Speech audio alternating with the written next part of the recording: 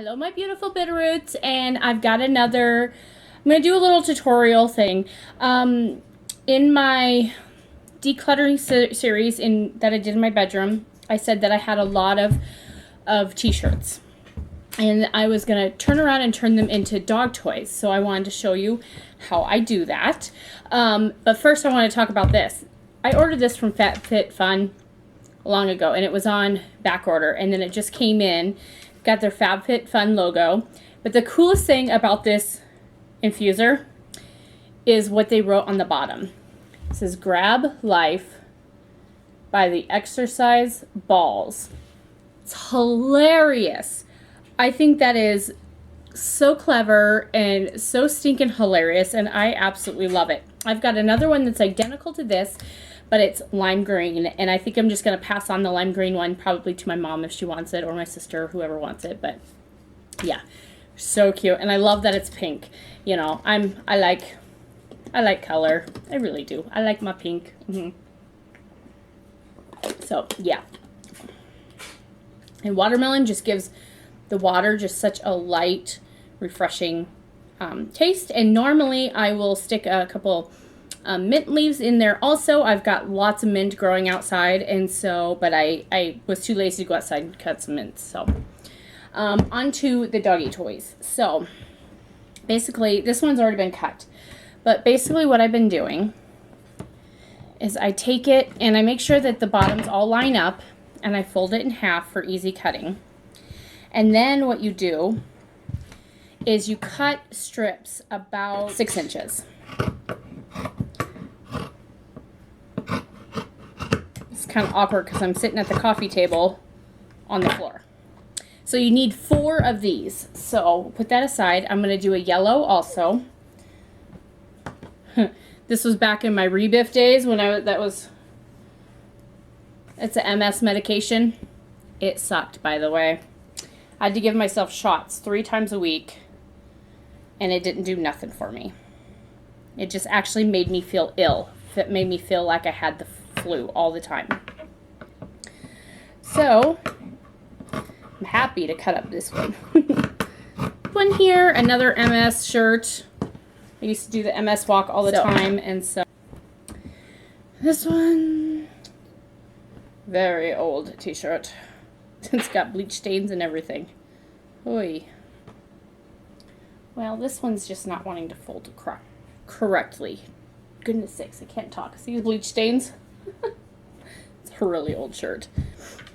When I was working, we had to wear grizzly shirts on Fridays, and I was pregnant with my daughter, and they didn't have any maternity grizzly shirts for the Missoula University of Montana Grizzlies. So I had to buy this one in like an extra large or 2X or something like that to accommodate my baby belly.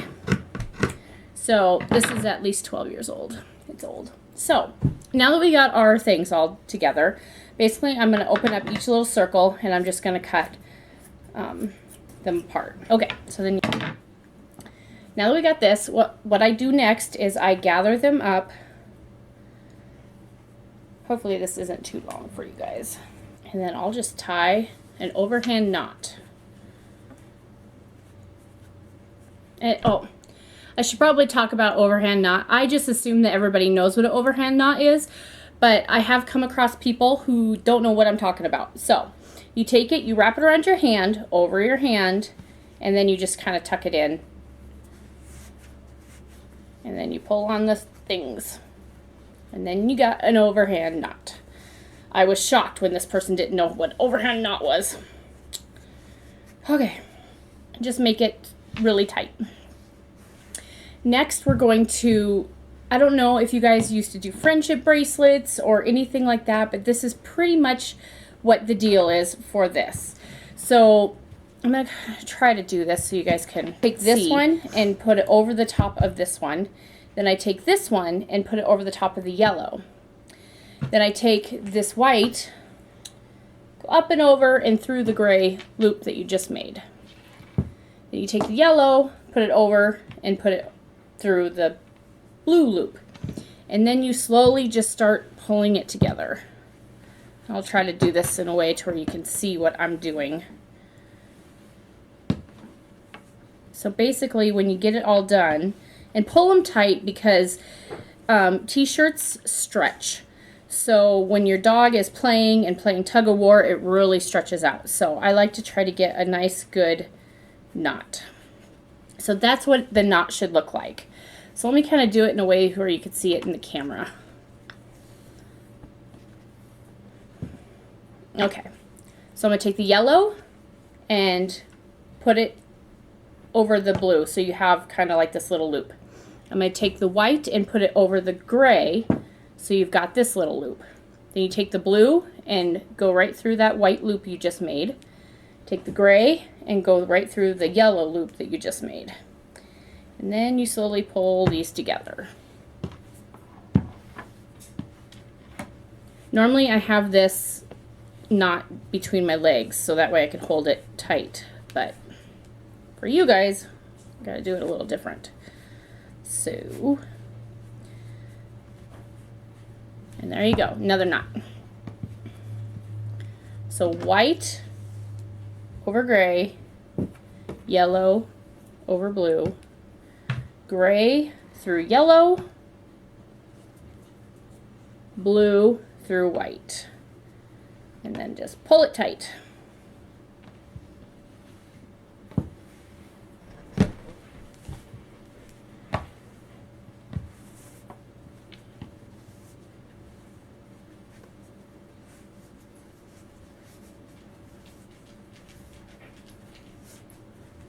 And here comes Malachi now. Hi, baby. Is this going to be for you?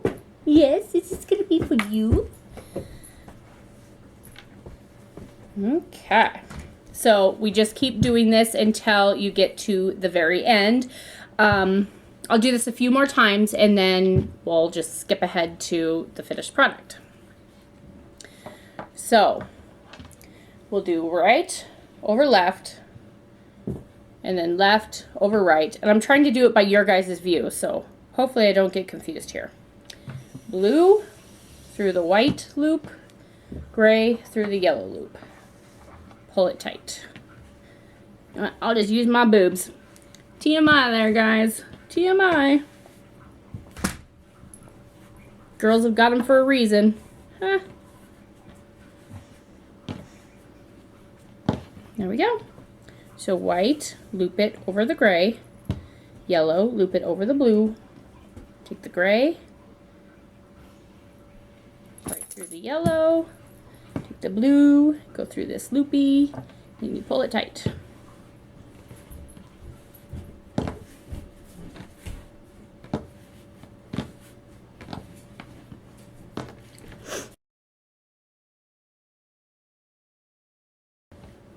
I find doing knots like this tends to stay together better.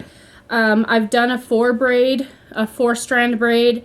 It kind of falls apart, and then you could do 6-strand braids, but just make sure that you've got quite a bit of fabric to work with, because as, I don't know if you could tell, but as t-shirts stretch, they start to curl and they don't fray. So that's one thing that's nice about using old t-shirts, is they just don't fray.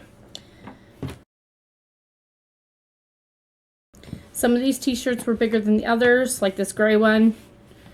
So you will have a little extra to deal with some. But just make sure you pay enough attention to where you could still have enough room at the end to make a knot.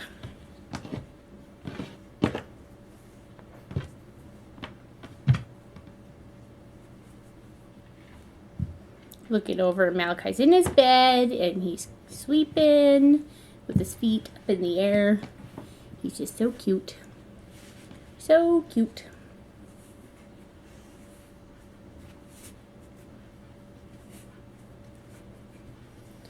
So as you can see, this is what it's starting to look like. And so once we play tug of war, it'll stretch out and loosen up a bit. But yep, that's what it's looking like so far. Okay, this is getting a little awkward.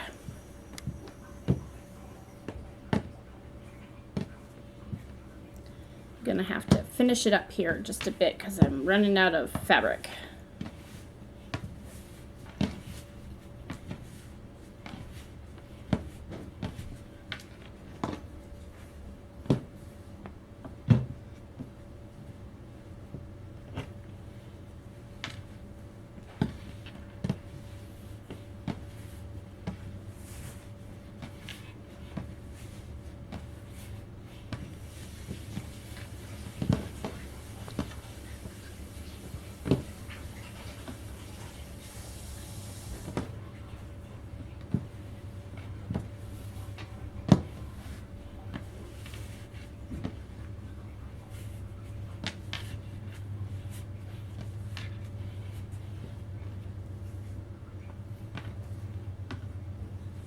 Running out of room, so I'm just gonna have to finish it up now. This will be my last square.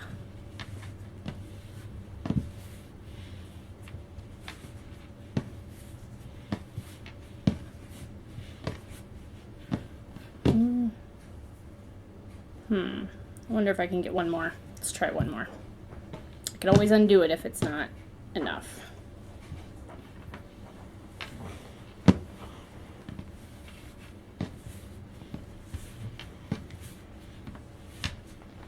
Okay. Now we're going to do another simple overhand knot, and hopefully you can get all the pieces in there. This is the hardest part, is to get this last little bit through.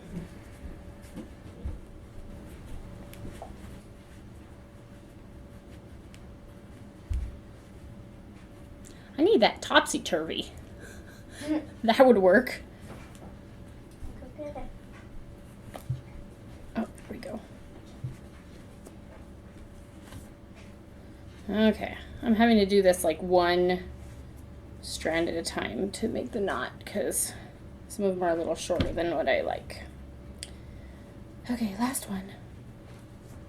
Get in there. Okay, I got it all. So then, Malachi's up. He knows his toy is done.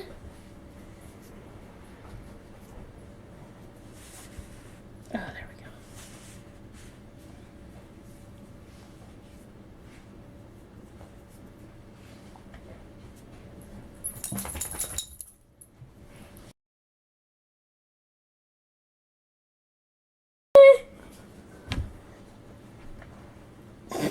He's gonna go off and chew on it. So, thanks for joining me, and maybe I'll come up with some more tutorials for you. So, bye. Hey, nope. Don't get your leg up there. Come on. Oh.